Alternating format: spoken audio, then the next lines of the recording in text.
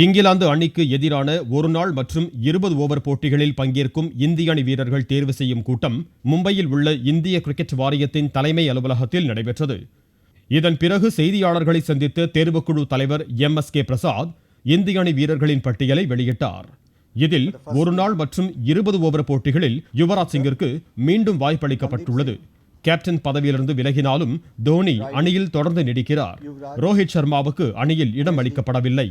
முதல் 3 ஒருநாள் போட்டிகளில் விளையாடும் விராட் கோலி தலைமையிலான இந்திய அணியில் தோனி, KL ராகுல், ஷிகர் தவான், மனிஷ் பாண்டே, கேதார் ஜாதவ், யுவராஜ் சிங், ரெஹானே, ஹர்திக் பாண்டியா, அஸ்வின், ஜடேஜா, அமித் மிஸ்ரா, பும்ரா, புவனேஸ்வர் குமார், உமேஷ் யாதவ் ஆகியோர் இடம்பெற்றிருக்கிறார்கள். விராட் கோலி தலைமையில் 20 ஓவர் போட்டியில் பங்கேற்கும் இந்திய அணியில் தோனி, மன்தீப் சிங், KL ராகுல், யுவராஜ் சிங், சுரேஷ் ரெய்னா, ரிஷப் பந்த், ஹர்திக் பாண்டியா, அஸ்வின், ஜடேஜா, யுஷேந்திர சாஹல், மனிஷ் பாண்டே, பும்ரா, புவனேஸ்வர் குமார், நெஹ்ரா ஆகியோரும் இடம்பெற்றிருக்கிறார்கள். ஏற்கனவே இந்திய டெஸ்ட் அணி கேப்டனாக உள்ள விராட் கோலி தற்போது ஒருநாள் மற்றும் 20 ஓவர் போட்டிகளின் கேப்டனாகவும் தேர்வாகியுள்ளது குறிப்பிடத்தக்கது.